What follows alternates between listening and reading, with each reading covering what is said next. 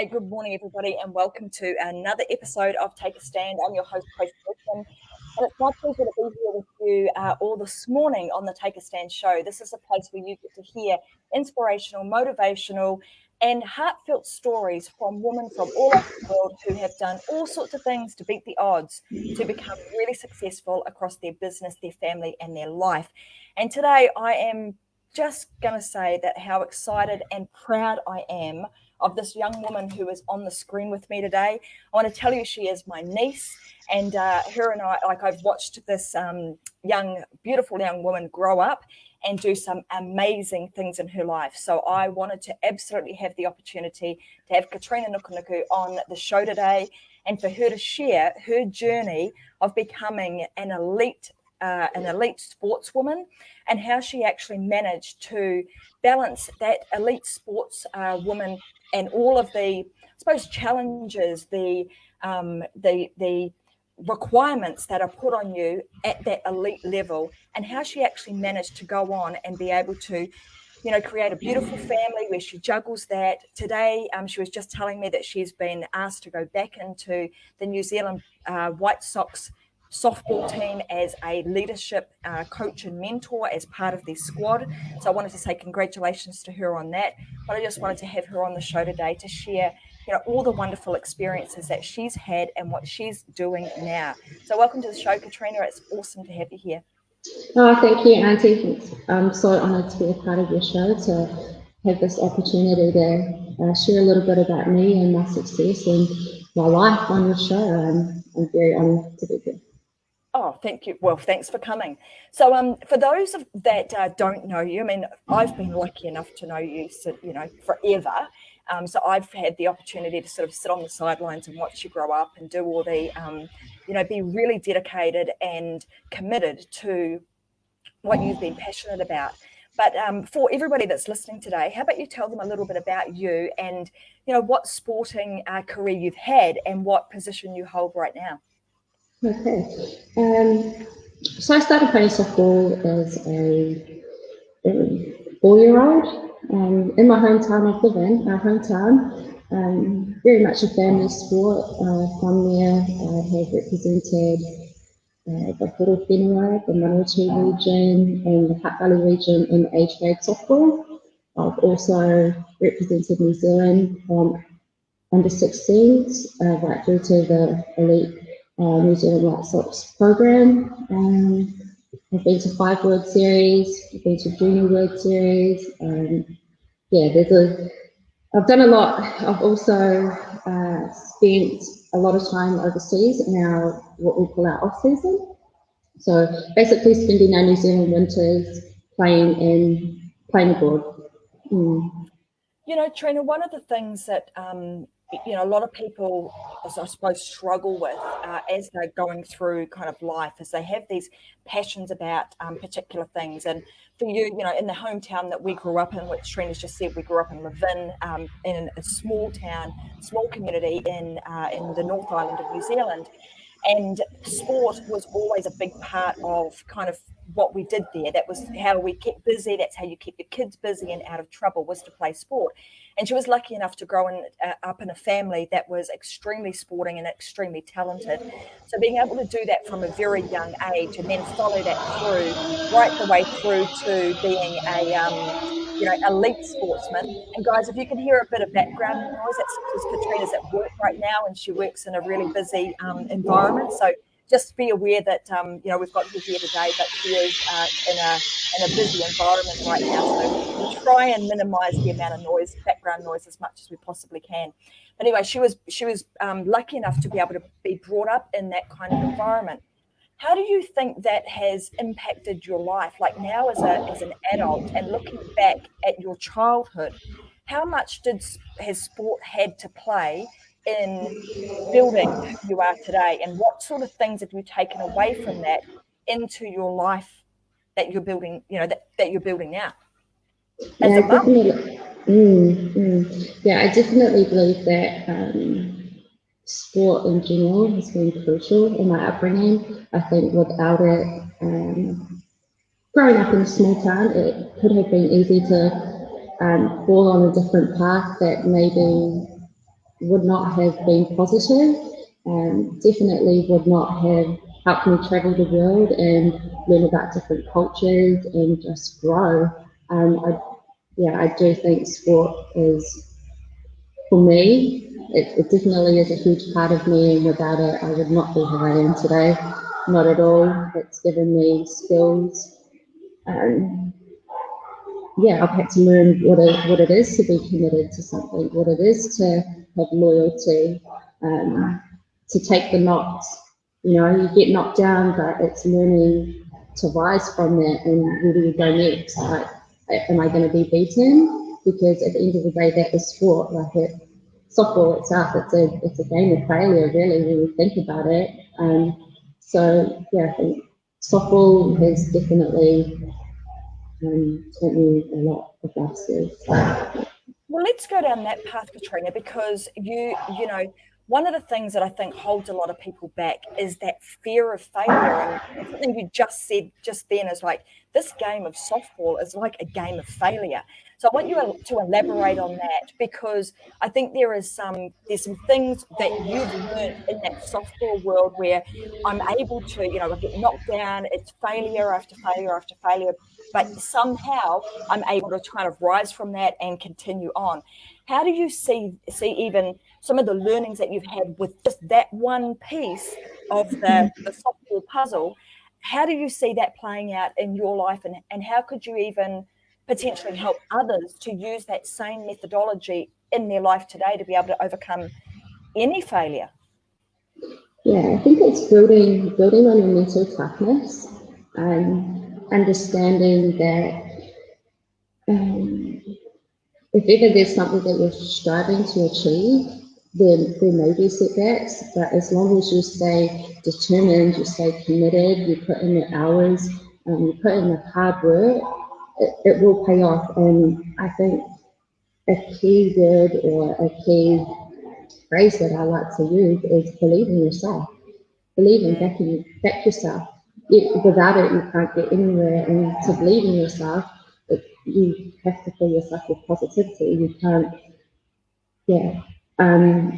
There's another saying that I like, and it's don't let the fear of striking out stop you from playing the game, because there's only so much that you can control, right? I love that. So don't let the fear of striking out prevent you from playing the game. And I mean that is such a great mantra to kind of work towards, because that is the way that we should also look at life. So you know, the way in which you look at things and being able to be positive and creating that real positive mindset in your mind then enables you to kind of get up there in the batter's box and swing. And you know, even if you miss, you're just going to swing again, aren't you? You're just going to keep going. So let's talk about like growing up, because this also applies to business, right?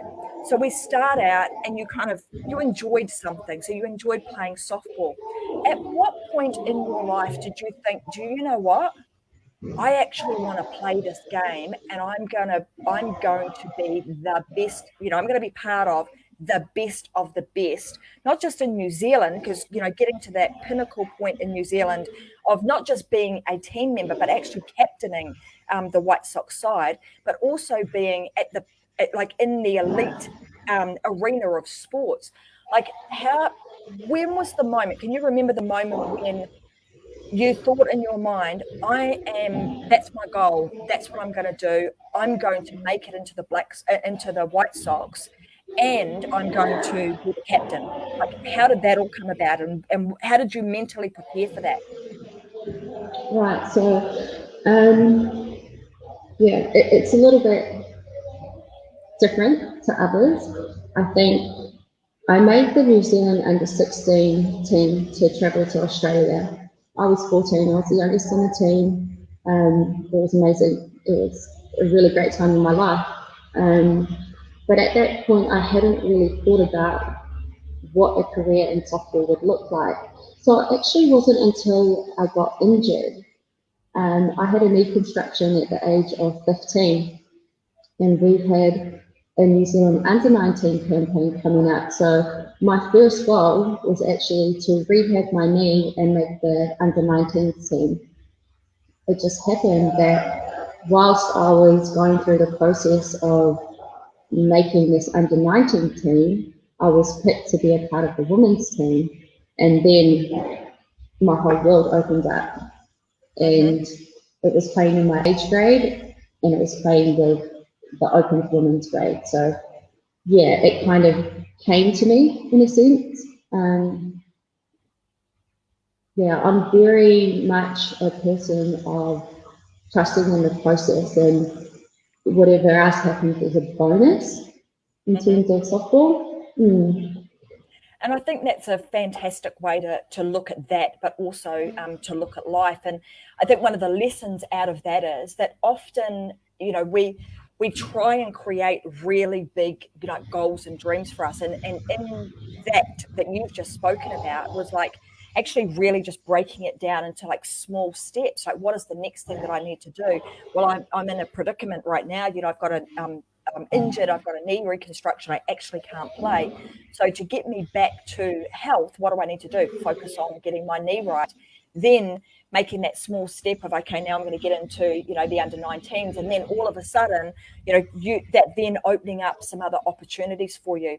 So once you were exposed to some of that, and you saw, hang on a minute, you know, my talent is actually being recognized here, and you know, there could be an opportunity for me to go further with this.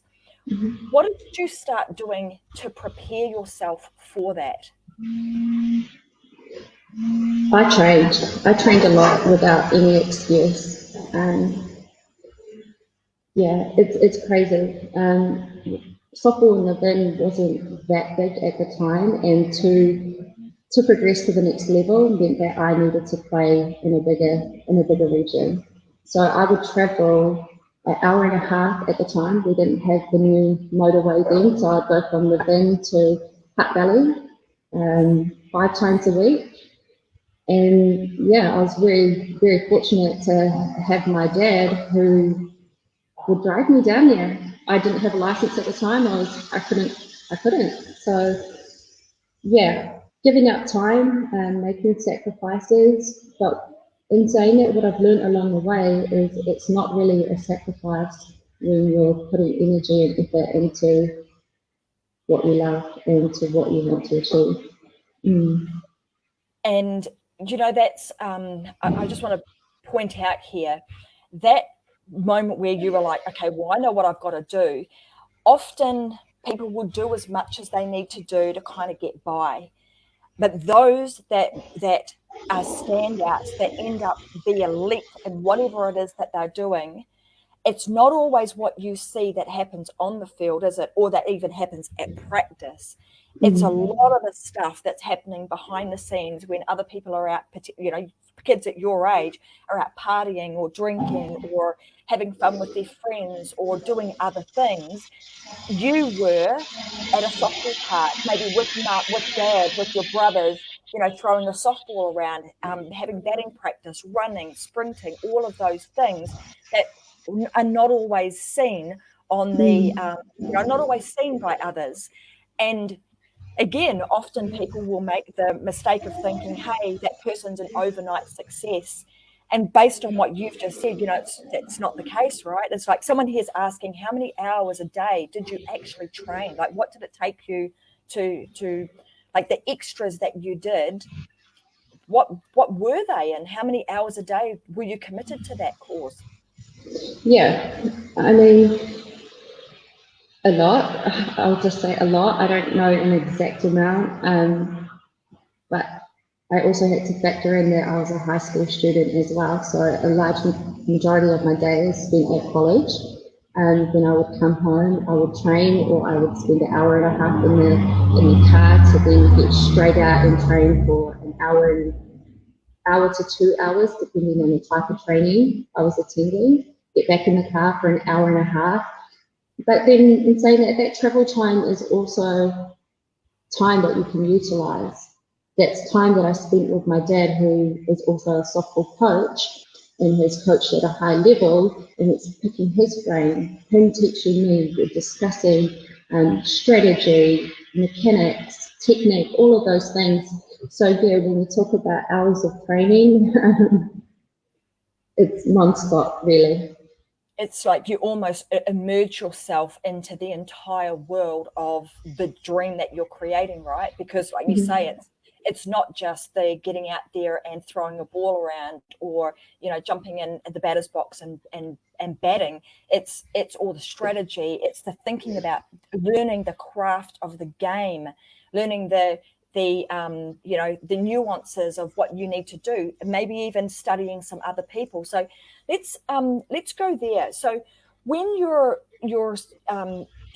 trying to improve yourself, so the role that you had within the team, because you became a real utility player that could kind of, the person who could just jump in and fill a gap wherever it was required. So talk to me about, did you have a strategy around that? Like a lot of people would say, specialize. Like if you're going to be the pitcher, go specialize in being the pitcher, specialize in being, the catcher, or the first basewoman. Like, how did you come to, I don't want to specialize particularly in one place, I want to be a utility? Was that natural, or did you plan it that way? Okay, so no, I didn't actually plan it to be that way. It came with all of my training. So I was fit, I was fast, I was capable, I could read the ball well at any position, off the ground, in the air. In saying that I didn't plan it to be that way, what I did figure out quickly is that the more skills I had, the more likely I was to be selected. So I put an emphasis on being a well-rounded athlete at the time when I was first coming into the team, rather than I want to be a specialist, second base, shortstop, etc. There were older players in the team at the time who were amazing and who would still be amazing today. So yeah, I had good role models and good idols, people that I idolized. I wanted to be like them, but I also understood that to be pickable, or to make myself, to open myself up to be selected, I needed to be well-rounded. So it's almost like, you say being well-rounded, but making yourself selectable, because you were so versatile in being able to, instead of being a specialist and I can only use you as a catcher, or I can only use you at first base, you being able to go anywhere. So if there were an injury in the team, well, it would be easy you made it easy for your coaches to be able to place you in a position which gave you, enabled you to actually strengthen your team, because it made you, the person that could just jump in at any spot, so your team wouldn't have a weak spot. And I think it's really interesting, this particular topic that we're talking about now, that versatility, because if I apply that to business, so in the Take a Stand show, obviously we're talking to all sorts of women who are doing all sorts of things across their business, their family, their life, and that involves sporting. But also from a business perspective, that ability to take on board what Katrina's saying, and saying, well, I have to do the hard yards. I've got to do everything I can to learn my craft and potentially be a utility. And often the conversation in the business world is you need to specialize, specialize, specialize. But also what I see in the business world is when you start to be a utility and very versatile, when you're talking about one specific thing and you're specializing in that, it's almost like having that peripheral vision, like you saying, well, I knew how to read the ball. I could see it coming from the air, from the ground.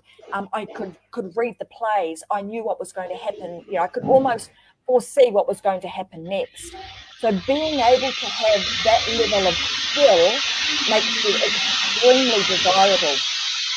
So let's go down the path of, I'm going to take you back to 2016. And in 2016, something pretty big happened for both you and your now husband, Nate, where I believe I've got the dates right. I think it was 2016, where you got to captain the White Sox. That was like a really big moment for you. You know, young, had obviously been in the squad for quite some time as a youngster and worked your way up through that ranks, and really positioning yourself not just as a really great player, but actually as a leader within that squad. But in that 2016 year, both you and Nate were actually selected to be the captains of both the White Sox and the Black Sox. So let's talk about that, because it's pretty unusual to have a husband and wife, duo actually be selected for captaincy at that elite level of sport in any sport anywhere in the world, I'm going to say. So I think when I did my research in New Zealand, there were only one other husband and wife couple that was similar to you guys, and that was in netball. And I think I can't remember their names, but it was netball and rugby. So for you and Nate to be selected the same year in the same sport for both men and women, like, did you guys plan, like, what was going through your head as a couple? Like, did you plan that? Was that something you were striving towards? And tell us a little bit about the moment when you both got selected. For me, it wasn't planned in that year. But when I go back to my processes and my long-term goals, and when I'm a 16-year-old, what do I want to achieve out of softball? I did have a goal of captaining the New Zealand White Sox.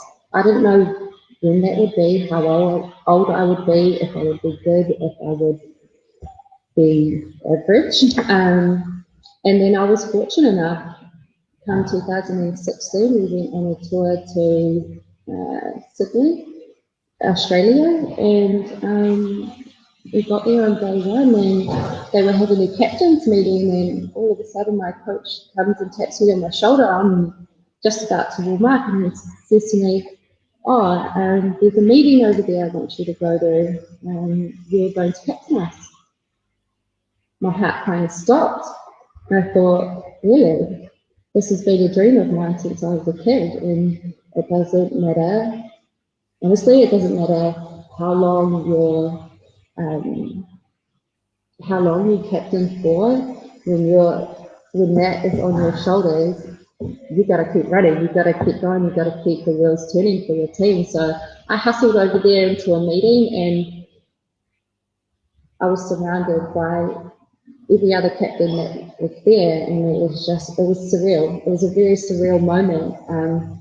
I was standing next to Stacey Porter, who is the woman of the Aussie Spirit team, and she's an amazing athlete. She's so tall, and she's an amazing hitter. She's not intimidating, but the fact that I was standing in the same line as her, and my dream had pretty much come true in that moment, it was amazing. It really was. I can just say, like, we were extremely proud of you for the achievements that you've had, and it just makes me want to tear up just hearing kind of transporting myself into that moment for you, Trina, and it's pretty friggin' awesome. So hang on a minute. So what's really awesome about this, guys, is that when you start to see people actually believe in themselves and follow their dreams, and you start to listen to what it was that they did.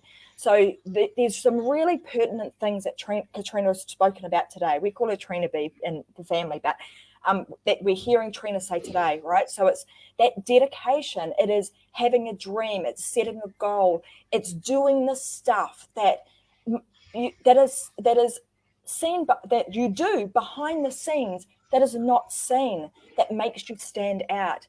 Then I want to go to kind of this next few points, Trina, which is, how do you think, so that moment where you were like, tap, tap, tap, it's your turn, Katrina, you are, it's your time, you're the captain of this team. And you then talking about, so I had to switch then at that moment and go, gosh, I've got to do something to really carry this team. Like, talk me through how that changed for you. So you moved from being, I'm a member of the squad, to now I'm the captain and the leader of the squad. What is the difference and what changes did you have to make? To be honest, not a whole lot in that moment, and that's purely because we all know, everyone knows there's different types of leaders, and I like to think that I'm a leader who people will follow because of what I'm doing. But it's my actions that will get people to follow. So it's, am I being professional? Am I executing my skills? Am I motivating these girls by what I am doing right now? I didn't have a lot of time to plan, and it probably worked in my favour. But it's thinking more about the players and their welfare as well, rather than you're only thinking about yourself. It is checking in with the team and saying, hey, are you all right? There are so many factors that can dictate what your performance is going to be like. Yeah, so checking in, I definitely try to check in a lot with the girls in that first week. And yeah. And again, there we go, guys. It's the things that you do that are behind the scenes, right? That are off the field that make a huge difference. And you know, leading by example. And like you say, there's different types of leadership, and the type of leadership that has held you in good stead has been, I'm just going to do it. I'm going to lead by example. I will lead the way and just work. My work ethic is going to shine and allow that to shine. So I think that's been wonderful. Let's talk a little bit about, this is all kind of pre-children, and then things obviously change. And nowadays you've got, a fantastic mum of three little ones.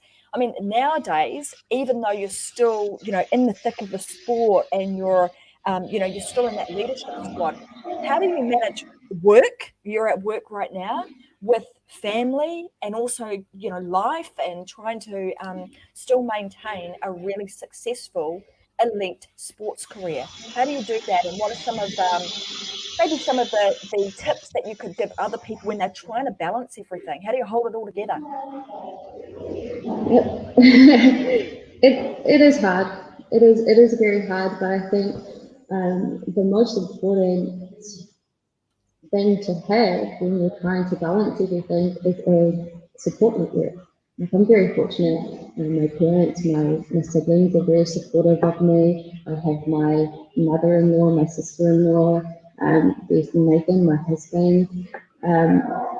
We work together, and everyone understands that I have a dream, and this softball is what I'm very passionate about, and they believe in me more than I believe in myself a lot of the time. So it's that support, that encouragement that keeps me motivated, keeps me on task, keeps me from sleeping sometimes, because it is cutting back on sleep sometimes to make sure that you're up doing the training that you need.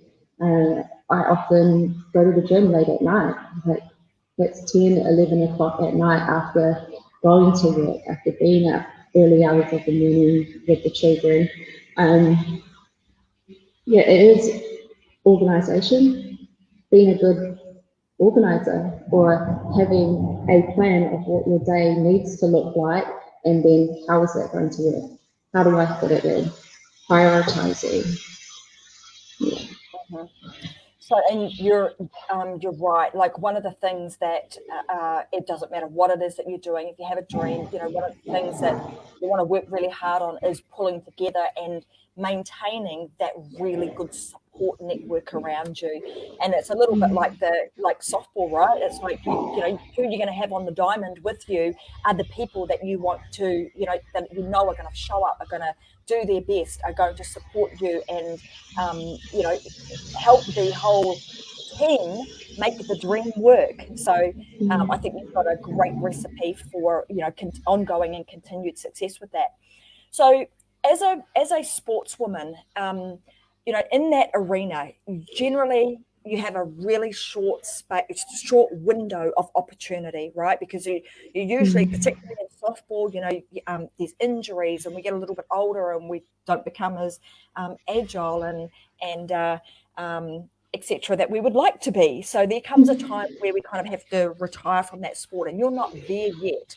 But I know that you've had some moments of, like, I've gone away, I'm going to have the children, and maybe even some moments of being left out of squads. And we started with this kind of like that moment of softball is about, learning how to deal with failure over and over and over again.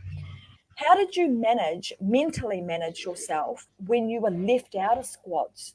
Like, and having to climb your way back into, or work your way back into a squad? Like, how did you do that?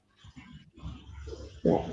When I was left out of the World Series team for 2018, it was really hard. And it was a time in my life where I really questioned who Katrina was. Like, who am I? Who am I without being a part of this New Zealand program?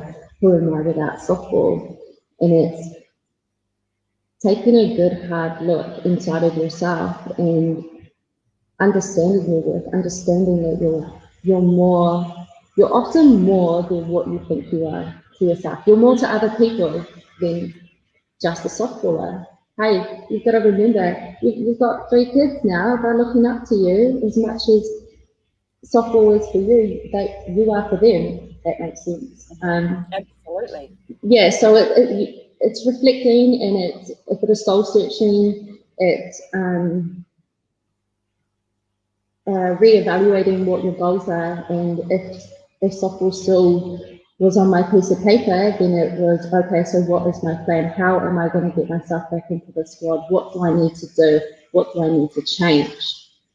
Often, like just in my situation, I had been a part of the program for a long time, maybe became a little bit stale in the eyes of people. I don't really know, but you do have to look at yourself and make a change. If you want a better situation, what are you going to do for yourself to get you where you need to be? Yeah.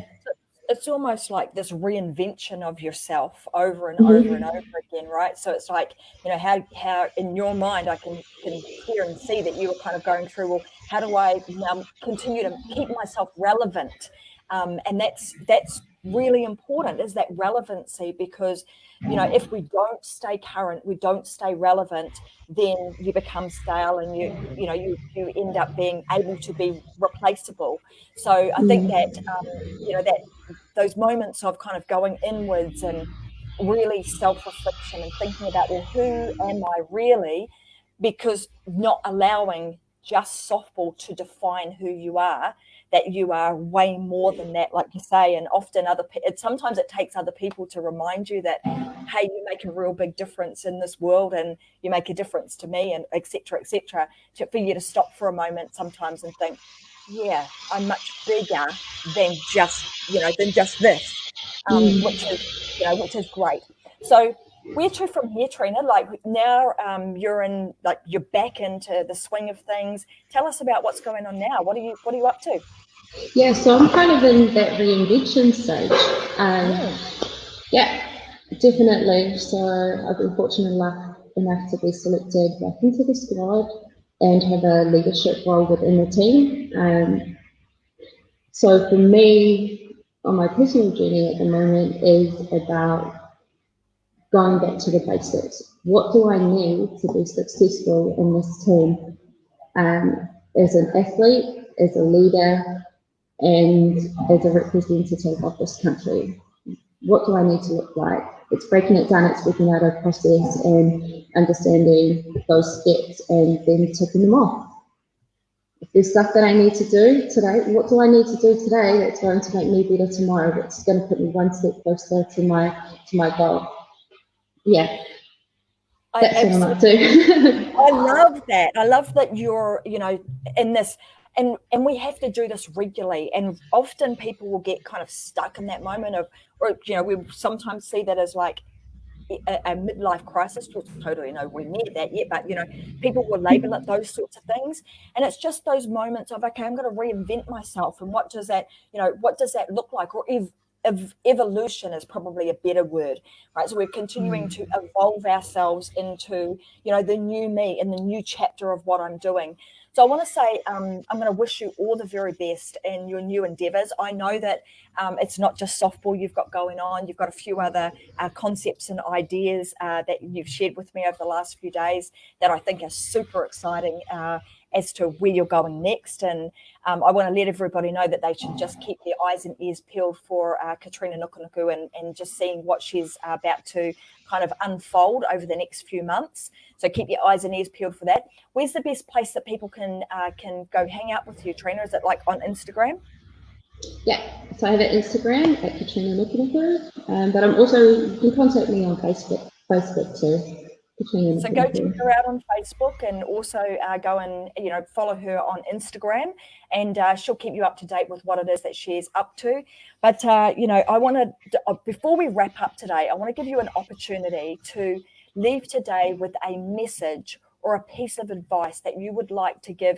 And I'm going to say other young women out there whom just any piece of advice that you would like to share. I'm just going to leave it as open as that. What would you like to share with our viewers, maybe the young ones? Yeah, just to believe in yourself. I do believe that it's hard for other people to believe in you if you don't believe in yourself, and to love yourself. If you don't love yourself, honestly, ask the question, why would other people love you? And it just brings it back into being positive, loving yourself, have a plan, have a goal, dream big. Nothing's impossible. Yeah. Beautiful. If I can do it, anyone can. Absolutely. Well, that's yes, they can, with the same level of dedication, motivation, and commitment that you've had. If we apply ourselves like you do, it is absolutely possible. So I want to say congratulations to you, and also to your husband Nate, because I know it takes a partnership to make all of this sort of stuff work. So and having him there to support you is wonderful. So congratulations to you and your beautiful family, and I look forward to continuing to support and watch you unfold into whatever this next chapter of life leads you down. So thanks very much for being here today. And guys, I want to say to everybody else, thank you so much for watching today. Here she is, Katrina Nukunuku. She's my beautiful niece, and I wanted to give her the opportunity to share with you the amazing stuff that she has done in her I don't even know how old she is now, because to me she's still a teenager. So it's always a teenager with children, and she's totally not. But anyhow, I wanted to give you an opportunity to kind of hear from her, because she is somebody whom I've seen and watched put in the hard yards over not just one season. We're talking many, many years, and we're almost up to, I would say, almost 2 decades of commitment to her dream to make things happen. And if you want to do that, you absolutely can. It takes commitment, dedication, making sure that you follow through with things, and just continue to sharpen your sword in whatever area of life that you're trying to progress in. So thanks very much, everybody, for watching today. Thank you for your participation and being here and putting all the comments down below of support for Katrina. And I want to say thank you very, very much to her for being on the show today. Thank you for having me. Thanks, all everyone. right, guys. Thanks very much for being here. I'm going to be back again with another episode of Take a Stand, which will have another amazing, inspirational woman. You just never know where she's from, that will help us to stand up, stand firm, and stand out in this world of business, but also across their family, their business, and their life. So thanks very much for joining today, guys, and we'll see you again with another episode, this time, 10 a.m. Brisbane time, next Thursday. Bye for now.